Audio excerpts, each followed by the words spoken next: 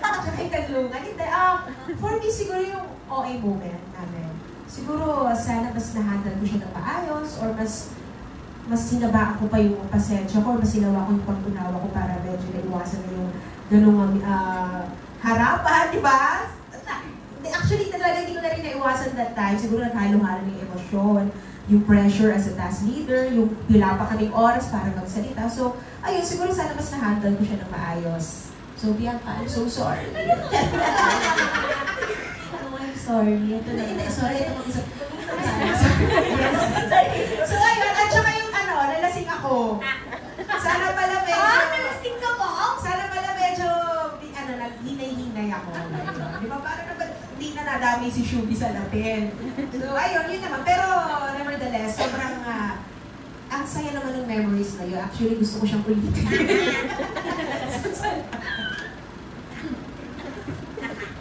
The last question is for Bianca. So, after your PBB journey, did your perspective on love and friendship change?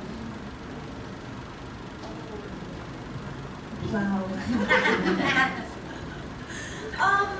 Ako naman, siguro one of the major things that I learned inside this house is that no relationship or friendship is picture perfect.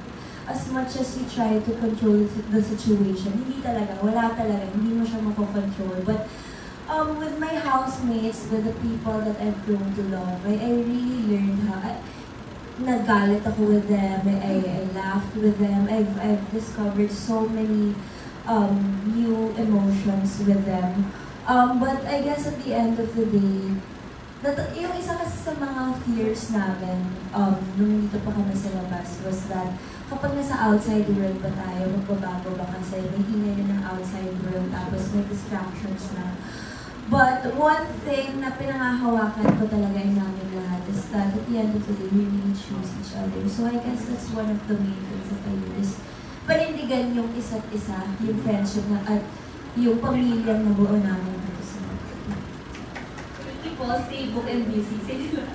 Yes, thank you, Gia Bote of When in Manila. All right, thank you so much. And that concludes our questions, or our question and answer portion with our friends from the media. Thank you to our friends from the media for being here. Yes.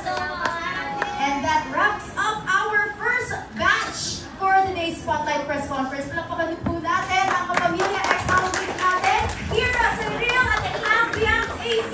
And Emilio, thank you so much for joining us. Ayan. All right. So yes, like what I mentioned earlier, okay, ex-housemates, I think, sabi ni Kuya, punta daw muna kayo sa convention room. Okay, go guys, go. Thank you, AC!